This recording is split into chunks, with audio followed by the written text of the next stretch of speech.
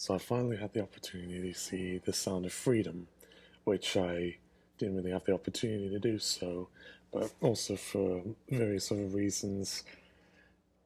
It's a very charged film, politically speaking, more so than Joker, Clockwork Orange, that film from Eastern Europe, that I'm sure is part of some sort of QAnon conspiracy. Blues the Warmest Color, Killer Joe, recent titles like that, Interview, which had Seth Rogen in it, that caused a shitstorm. This certainly did, although on another level, this is, a film that, if you take out all the politics behind it, whatever was true or not true, it's very well meaning.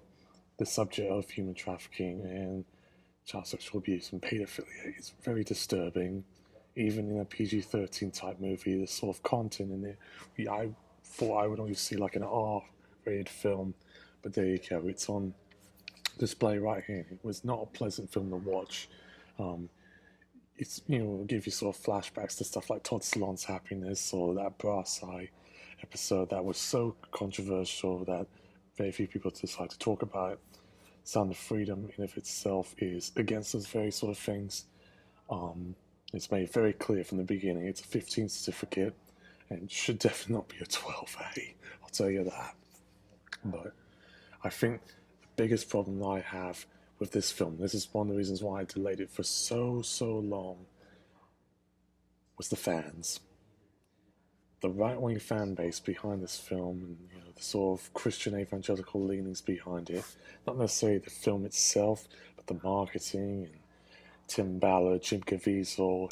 It doesn't do the film any sort of favors to people who aren't Christian evangelicals or buying the sort of Donald Trump, Viktor Orban, Make America Great Again type nonsense that I just feel actually hurts the film more so than helps it.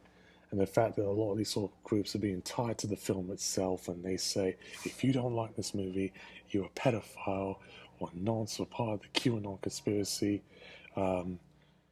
means people will die. And pedophilia is disgusting and it's wrong. Human trafficking is wrong. Prostitution is not something people want to be doing. Unfortunately, people have to join into it because they have no money or they're exploited by gunpoint or threatened with rape. It's horrible. There's no mistaking that. But I think this sort of politicization by right-wing forces that, for one, want to ban you from getting an abortion, two, want to ban books because they're supposedly woke or they promote an LGBT agenda, three, are tied with groups who are Putin apologetics, and four, also had ties with storming on the US Capitol Hill on the 6th of January 2021, and are more or less like Christian versions of the Taliban and ISIS and Hamas. You want to do business with that? The Christian IDF? I don't. No. You don't own a monopoly on my life, and I don't own a monopoly on yours. So best we stay our separate ways, or blood will shed. Because violence ensues when craziness gets down, and when misinformation strikes, and people are at each other's throats with guns or pitchforks. Whatever it is, we're seeing it right now with Jews and Muslims targeting one another. Being hit with belts or applying terrorist attacks. Whichever way you look at it, people will die.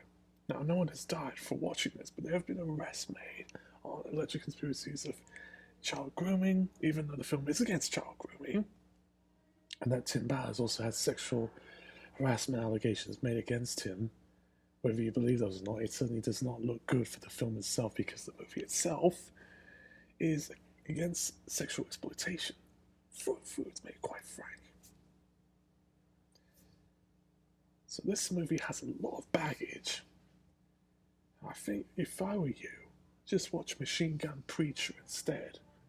Now, for all, some of the faults of that film, it actually has a lot to say. It was very entertaining, and like Sound of Freedom, It was aimed at a more conservative audience and a Christian audience. It was R rated, not PG 13.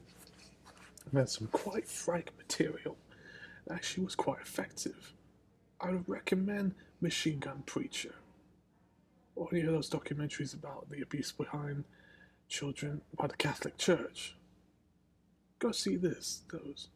And they're not necessarily politically leaned to left wing or communist or socialist causes. They just say it as it is.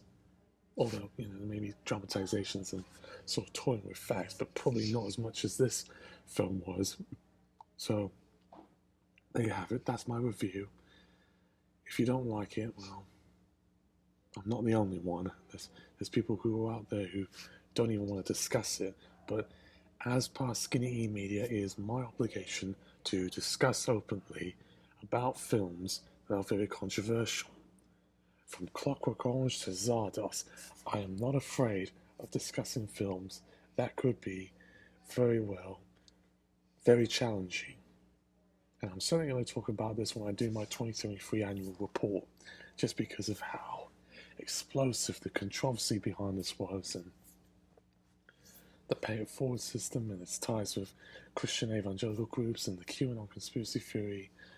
Now, if you're right wing, you'll love this movie. If you're left wing, you might like it too, but you might like, the baggage to be removed. I'm more on the latter camp. There's many documentaries about this sort of subject and aren't tied with LDS and sort of MAGA Bible Belt America. Take my word for it. If you want to kill me, assassinate me, go right ahead. I'm suicidal. Signing off, live in fear. And also, stop selling your daughter on the internet and OnlyFans. It's disgusting.